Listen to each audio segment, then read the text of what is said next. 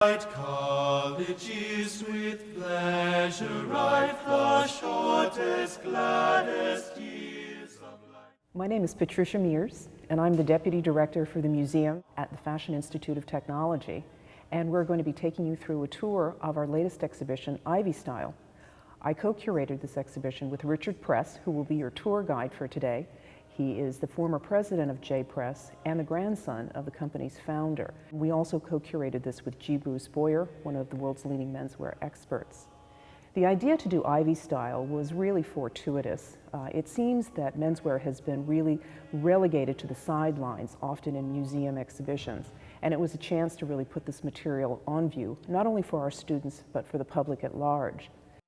Oh, a song by the fire, pass the pipes, pass the bowl. Oh, a song by the fire with a score. Hi, my name is Dick Press. At least that's what they called me back at Dartmouth College in the 1950s, which was the heyday of Ivy. Prepare yourselves, you're going to take a trip back in time.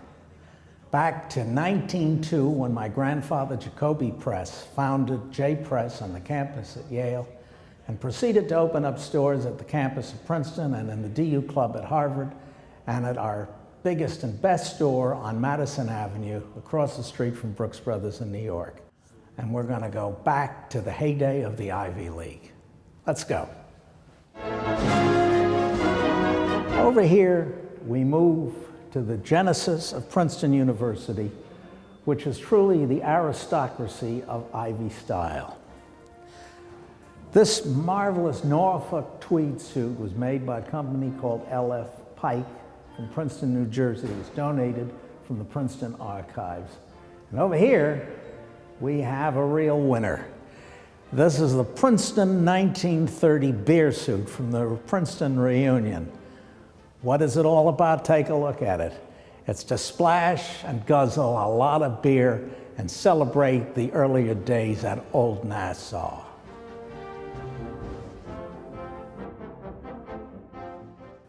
The picture of the crew team was typical of sports in the Ivy League. The name Ivy League may have originated in the athletic arena. Sports writers were using it as early as the 1930s. We segue into a locker room that's typical of any of the locker rooms that I remember very clearly from my 1950s at Dartmouth, whether it was the locker rooms at Princeton, Yale, Brown, Columbia, Penn. All of them looked pretty much alike. I don't want to leave out Cornell. Mixed in with the earliest versions of a 1912 football pants, you see modern designers that include Tom Brown, Tommy Hilfiger, and Ralph Lauren. You tell me which part of the mix is old and new. The Ivy League look and preppy style represents the compendium look of menswear of Americans saga. What did all the guys wear after they left the locker room, after the football game? They went from the Yale Bowl back to their club in New Haven, or back to Cottage Club at Princeton, but we'll get into that when we go to the social clubs. We have a Yale University blue and white blazer from 1916. We have a Princeton blazer from 1923, rimmed in orange with the Princeton's insignia. Then we have, as only Princeton can do, the brilliant orange and black of Princeton, a blazer from 1919. Notice the orange tie on the white Oxford button-down shirt. On this side, the white blazer with the maroon red knit tie and a white button-down shirt represents Cornell far above Cayuga's waters. And over here is a 1918 blazer from the class of 1918 that reverses it with a Cornell red with a white frame. Trying to fix my bow tie to see if I can achieve the elegance that these early century Brooks Brothers formal wear equaled in the very, very hoity-toity social clubs. Black tie was worn with tails for afternoon and morning weddings or social events. Now we move over to the 21st century. Ralph Lauren. With his formal ensemble, pictured on the wall over the bleak desk is a less bleak occurrence that happened during my days at Dartmouth in 1956. There's a picture of Janet Pilgrim. She was the subscription editor of Playboy magazine, and Playboy decided to do a pictorial Playboy Goes to Dartmouth. And Miss Pilgrim and several of my classmates went into the freshman dining hall where everyone went crazy at her sight. It was a monastic college experience with no women, and the sight of Janet Pilgrim began the riot, which was copied, if any of you have seen Animal House, the riot was copied by John Belushi in Animal House. And I'm not saying that John Belushi was my character, he wasn't, I was a little more subdued.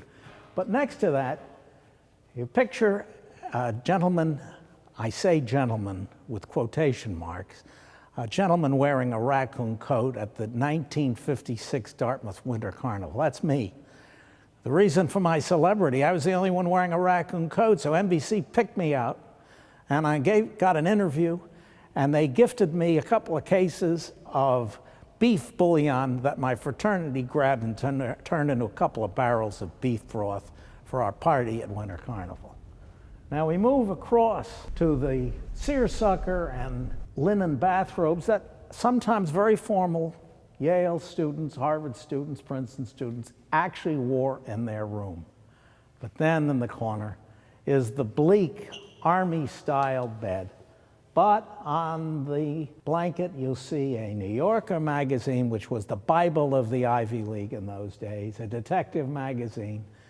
And at the bottom of the headset of the bed is an Esquire magazine, which was the catalog of fashion at the heyday of the Ivies. Gentleman over at the far corner is wearing a Gant India Madras shirt. Two of the people are wearing chino pants, and that has a story to it. In 1946, many of the American veterans got out of the Army, and because of the GI Bill of Rights, they were financially assisted in many of the Ivy League schools, which became diversified and democratized. There's only one thing that's really different here, is that until the middle 1950s, you couldn't wear that to class. Up until the middle 1950s, the classes at Ivy League were attended by students wearing a coat and tie and a sport jacket and pants. Picture that today, everybody. Welcome to the campus store. The campus store is where I spent a good part of my career at J Press on the campus of Yale University and in New York City. But it represented the point of sale where the Ivy League purchased all of their Ivy League costume. The derby hat was worn at the various crew meets at Harvard, Yale, and even on the Connecticut River at Dartmouth. These are actually velvet slippers. Velvet slippers in the Ivy League, well, they were worn at the elegant social clubs, particularly in the 1920s, at Harvard, Princeton, and Yale. Dartmouth and the other schools were more rustic and did not wear such elegant clothing. Now we move. My heart is beating very, very quickly because what you're seeing is the collection of my late father, Paul Press. And Paul Press was called the Duke of Windsor of the Ivy League. He had an enormous wardrobe. We see here Prince of Wales, Glen Urquhart plaid, cashmere jackets that come from cloth provided by W. Bill of London. That is the quintessential fabric source of cashmere in the world. Moving onward, the brilliant jacket is a patchwork silk made by Chip. Chip was a prime Ivy League purveyor on 44th Street in New York that was originally founded by Sidney Winston and Lou Prager, who actually were managers and salesmen at J Press. In 1937, for the very short time that John F. Kennedy attended Princeton University before he left because of 6 months of illness, he purchased his clothes at J Press. And finally, after the war, when Chip was founded, Lem Billings, who was Jack Kennedy's roommate at Princeton, moved to Chip, and eventually, just before his death, Chip tailored the clothing for President John F. Kennedy. And in the middle is a bright green silk and linen jacket, custom tailored by Chip. And next to it is a blazer and a pincord jacket by J. Press, the gift of Muffy Aldrich. Her blog site, The Daily Prep, is an absolute must for anyone interested in the New England history of the Ivy League look. And we move forward to a 1970 gray flannel suit, the emblem of Ivy style as characterized in the hit movie and novel, featured Gregory Peck, the man in the gray flannel suit.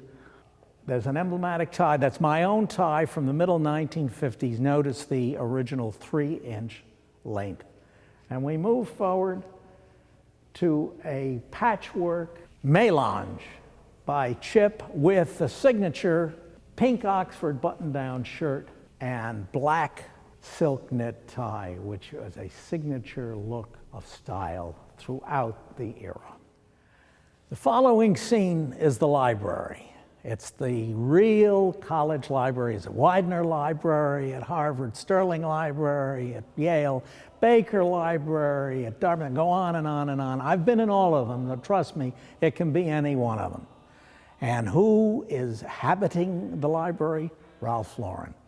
All the clothes you see here are from the Ralph Lauren ensemble, and they fit as well in 2012 as they did in 1902 when they were Brooks Brothers or J. Press. You'll also notice the dirty white bucks. Yes, dirty white bucks. The phrase is he a shoe guy? That's what they used to say, the snobs at Yale in the 1950s. To the tables down at Maury's. You're looking over a quadrangle that is the quintessential Ivy League quadrangle. The background could be Yale, it could be Penn, it could be Princeton. It's actually Princeton, but I've seen Yale people, Columbia people, Princeton people all say that's our quadrangle. It isn't. It's Princeton. But on the quadrangle is a combination of menswear fashion. Most of it are riffs and trends that are considered postmodern prep. Although sneaking in the middle is a raccoon coat from 1922 at Yale. The collection includes Ralph Lauren, Perry Ellis, Jeffrey Banks, Tom Brown. The outfit with the spikes on the pants are from Tom Brown. And does it work? I don't know, you tell me. Right next to it are green and red corduroy pants with a Brooks Brothers blazer. Both of them are Ivy. You all make the choice. The modern designers are very cautiously but very correctly mixed inside the grand tradition. And you know what? It works.